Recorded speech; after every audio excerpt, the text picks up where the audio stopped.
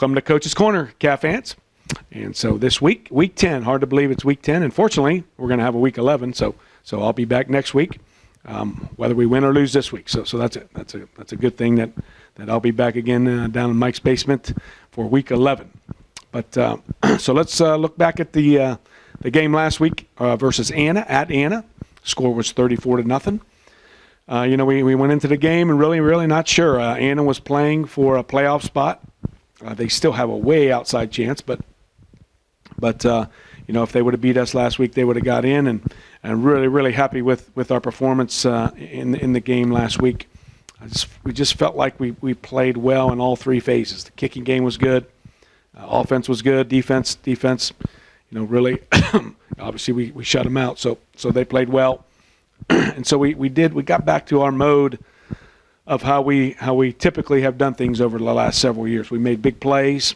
I guess not typically. We didn't have a whole lot of passes completed, but when we did, we made big plays, and so we had a 65-yard touchdown and a 30-yard touchdown, and had some good drives, and finished the drives with touchdowns, which we hadn't done in some cases a few weeks ago, and we went back to our good defensive mode where we make them work, make them go 80. I think we had 2 punts inside the 10 for sure, maybe 2 inside the 5, and so we made them go the long haul.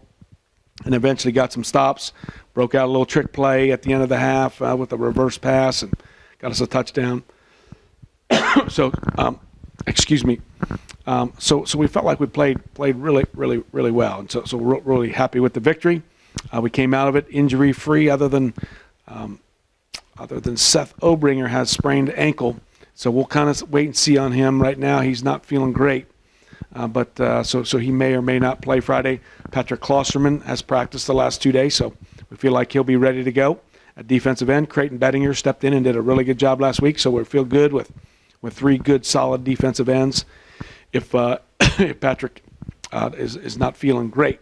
So Anna victory was good for us. Yeah, we're healthy. Again, it's really, to be honest with you, we're so healthy at this point in the season that it's almost kind of scary. We have Adam Waite, unfortunately, has mono, so he's going to be out for a couple more weeks. So other than him, everybody was in pads today at practice, so that's exciting, and that's a good thing. Looking ahead, preview of Delphos St. John. Very much like the last 4 teams we played. Minster, Versailles, Anna, and now Delphos are playing to get into the playoffs. So they're going to come in with some energy. And they can get in that Division 7 playoffs. They could really probably make a pretty good run at it. They have a really good, strong running attack. Their offensive line is really big. They have a really good tailback who's leading the league in touchdowns, and I'm not sure if he's leading in yards. Oh man, excuse me. I'm not sure he's leading in rushing yards at this point. I haven't checked it that close, but really good, solid tailback. Their quarterback's a senior, big left-hander. That can run okay and throws pretty well. They have a big tight end that's about 6'8", that they spread out a little bit, and so he's their main target. So offensively, they have some weapons, but the key will be to stop number 10, the tailback, and they're going to try to get in, feed him the ball, and get him 20, 25 touches probably if they can. So the concern for us defensively is that they can hog the ball. We watched them play St. Henry, and I think their first drive was 8, 9, 10 minutes. And so they can hog the ball and get first downs, and you don't get out there to score. Defensively, they're very similar to what we've seen, which is a good thing. Very similar type defense that we saw against Versailles, and last week against Anna with a lot of 4-man front. So we like that. We feel pretty good about that. Although Anna was 3-man, but similar type, drop down to 4-man sometimes. So.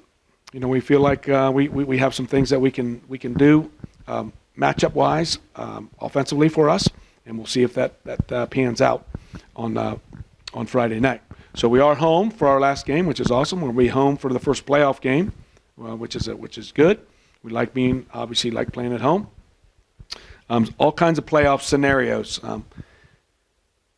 Dan Kenny and Jason Hemmelgarn. Jason put together a template several years ago, and he loves doing that. He's a math guy, and Dan really likes that kind of stuff too. So those two, they get all the scenarios, and who's going to beat who and who's going to beat who and who can win this and who's going to win that.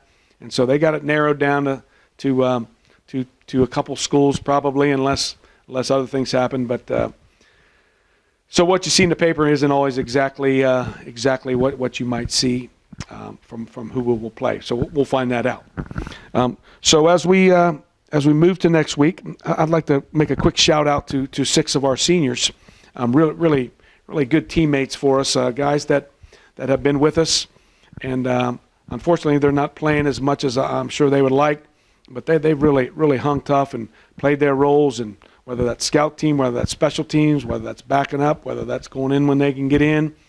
But they've taken it really well. So those 6 guys: Jared Plyman, Clay Collig, Alex Mullenkamp, Trent Meyer, Adam Waite, and Ethan Ligers. You know, those guys have been great teammates and great program guys for us this fall. And I'm really proud of those guys. So shout out to those guys, and hopefully we'll get them into the ball game like we did last week in that end of the third and the fourth quarter. And so we really appreciate the way those guys have handled that situation. So Friday night, Delphos St. John, home game, 7:30. And then moving on to the playoffs. And if we win this week, certainly the cherished MAC title will be probably shared with Marion Local.